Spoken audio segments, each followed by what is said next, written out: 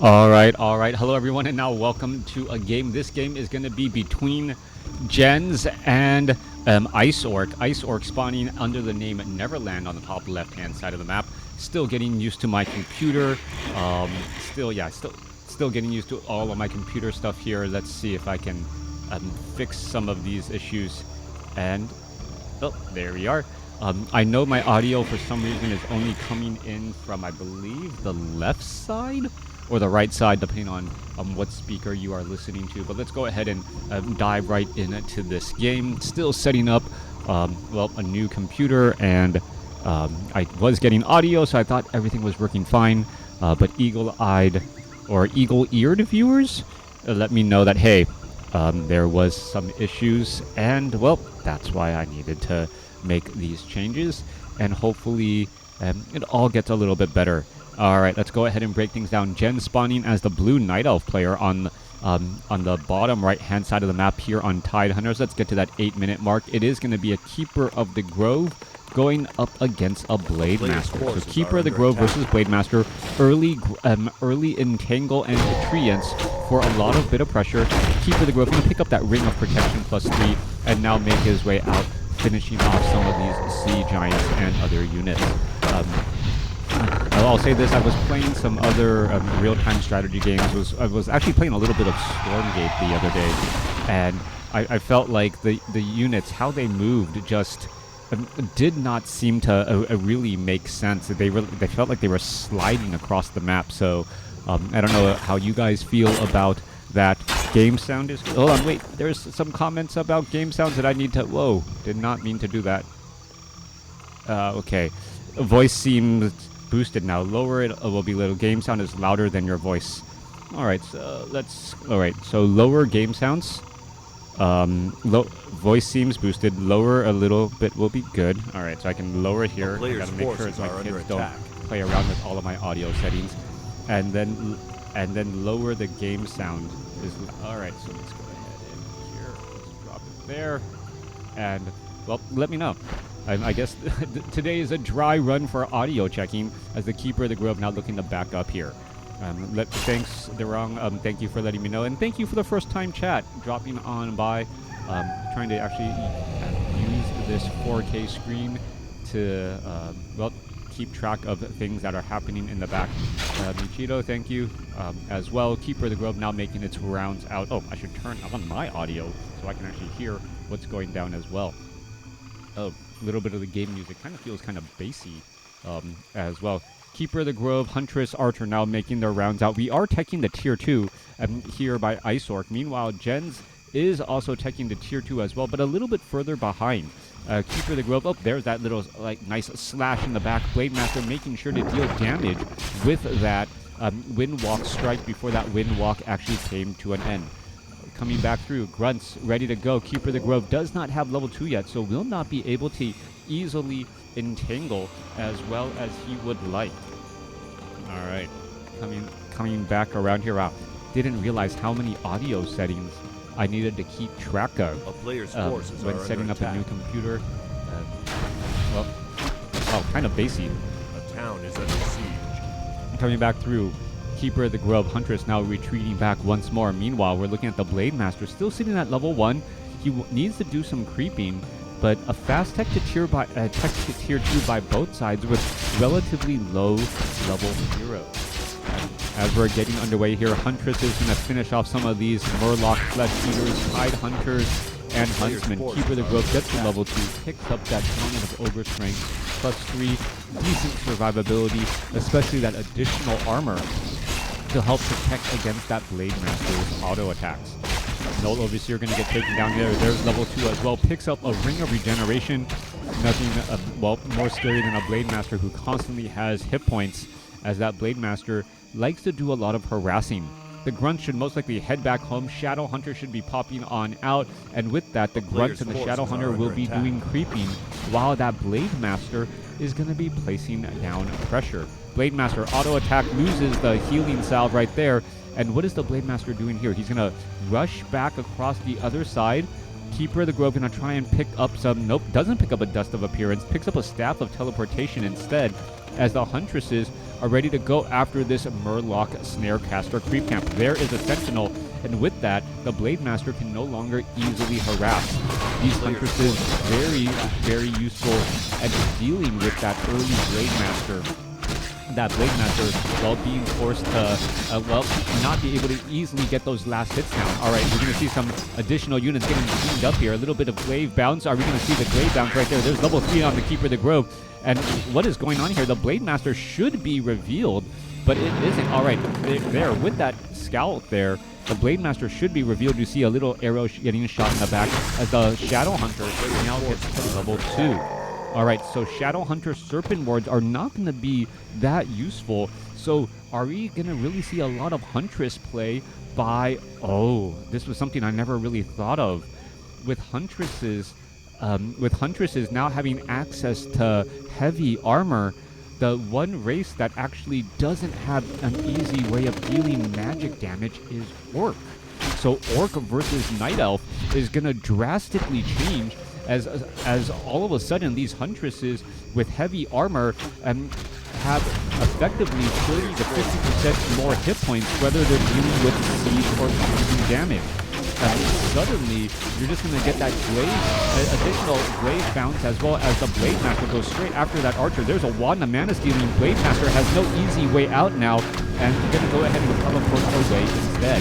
Panda wants to get to level 2, and it looks like the Keeper of the Grove going to purposely keep a little bit of distance as the Shadow Hunter is now out here on the battlefield. Now, Wind Riders do have piercing damage.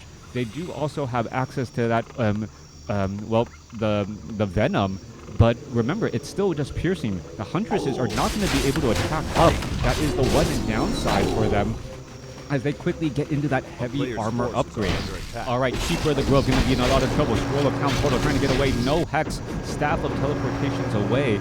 The Shadow Hunter could have retrained to Hex there if he really wanted to, but instead opting to have the option for Healing Wave instead. All right, Scroll of Healing. Potion of Lesser Invulnerability quickly picked up. Serpent Ward is going to engage in a little bit of poking damage right there as the Huntress is now going to be coming in from behind.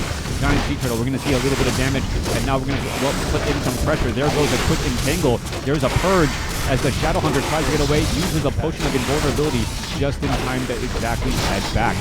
Giant Sea Turtle is going to get cleared up. There goes some Serpent Wards, but those Serpent Wards not nearly as deadly as they were a couple weeks ago. Now, what are Ice Orc's options? Ice Orc going to try and clear out another creep camp here, perhaps try and get to level 3 on that Shadow Hunter. Level 2 Serpent Wards could be a possibility. Blade Master shuts down the gold mine. Once again, as that Blade Master now heads back off the floor. All right, Panda sitting at level 2 will get to level 3. There's that Ancient of War. Ancient of War going to absorb a lot of that damage here as the Panda, well, with level 2 Breath of Fire and Drunken Haze, will have a very nice 1-2 combination to try and mitigate damage on top of dealing large amounts of damage as well. Slower attack speed, a little bit of missing from those auto attacks, and this army by the Brewmaster looks to be incredibly dangerous and deadly. All right, Ice Orc is forced to try and engage against this Entangled Gold Mine, and by forcing a fight against these Huntresses where there really is no counter yet, that could be a problem. All right, we see a couple of Shamans, and the Dryads are quickly going to get poked down here by that Wind Rider and that Serpent Lord. We're going to see Raiders now getting taken out as well. 47 supply compared to 47. Both sides fairly even, as we're perhaps going to see no Wind Rider maybe able to back away again. Are we going to see any additional healing? That Huntress has been alive for so long, finally getting taken down by the magic damage of the Shaman, as the Raider and the Grudge are trying to keep a little bit of distance. Wind Rider trying to engage here again. Are we going to see Dryads poking? Blade Master does not have a way to attack up. There's a Breath of Fire coming back across as the Dryad is going to get pressured. Absolute bloodbath here. 42 supply compared to 39, as both sides are continuing to fight. Ancient of War now opting to absorb a lot of damage from those Serpent Wards. Serpent Wards 27 to 30 damage is still very effective here as Jen's expansion could get cleaned up. All right, Panda comes back, does have a clarity potion, has a potion of mana to back things up. The Wisp, are they going to be able to hide inside here as the Blade Master now gets to level 3? One Wisp down, another Wisp down. There's a Breath of Fire, not even bothering with anything else as the Entangled Goldmine now down to 121 hit points and trying to hold steady. Wisp, another one gets taken down. Shadowhunter could be in trouble. Shadowhunter gets blown over with the Breath of Fire and the Goldmine is still staying strong. Jen, well, losing a little bit here. There's the Staff of Preservation for the save as the Blade Master going to perhaps try to go after a Huntress or two. No, not opting to do that. Trying to get away instead as the triple Serpent Wards are still causing a bit of problem. There's a scroll of speed, and now that Blade Master able to head back. All right, Serpent Wards, a little bit of poke. We're going to see some repairs as well. This one Entangled Goldmine down to 72 hit points. Needs to get those repairs going as the Night Elf army, well, able to rebound, retrain up, and now get back up into that upper no upkeep supply, 49 over 60.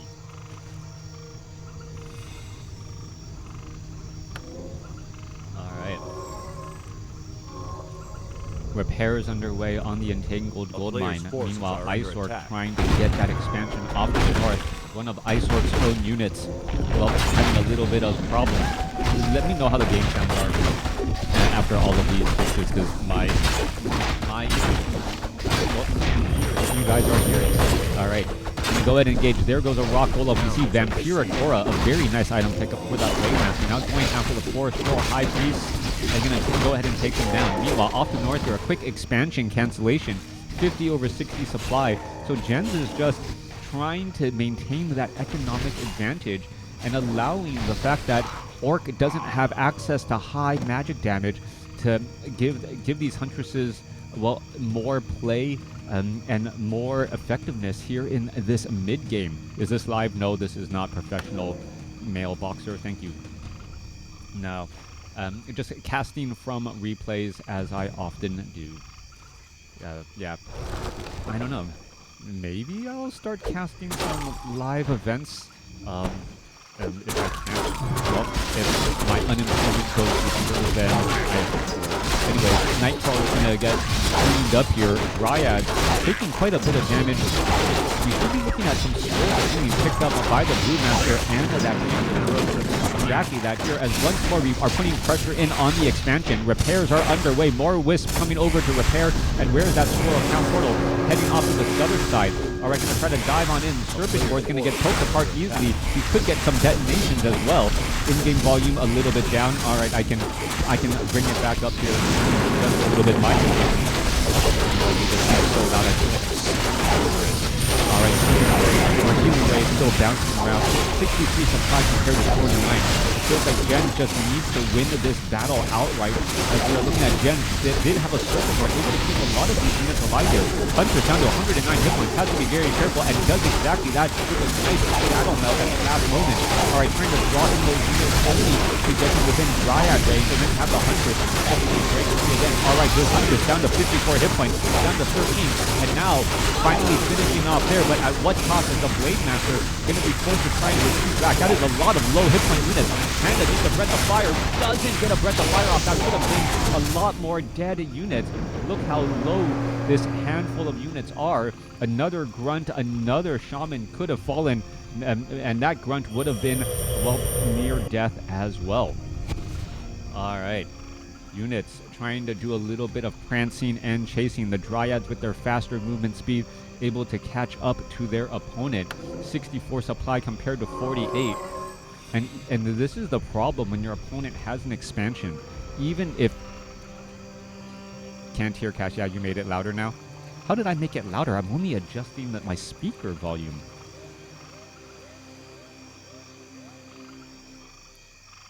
You can't hear my cast. Forces are under attack. Is the audio just like swapping in and out? I have haven't adjusted anything. No, I can't say sorry. I'm trying to think what it's trying to mean. All right, Gargantuan Sea Turtle getting taken down here. 744. Creep Camp going to get cleared out. Same thing on the southern side. Gargantuan Sea Turtle is going to get taken out here. Panda really wants to get to level 5. Level 3 Breath of Fire should make a very big impact. As you see another Wanda Mana stealing onto that Brewmaster. That Wanda Mana stealing now getting 60 mana instead of 50. A really big change, and now a 240 in-point in-game sounds is pretty loud. All right, I'll continue to lower and adjust. Thank you very much. All right, Panda, Drunken Haze, Breath of Fire, healing Wave, Scroll healing, trying to keep back around, Grunt trying to dive in, and that damage over time, you can see another Scroll healing having to be used there.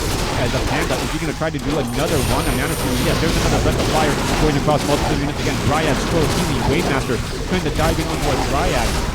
And just diving in a little bit too far. Ice Orc is just going to be moving unit after unit after unit here as the Blade Master down to 150 hit points.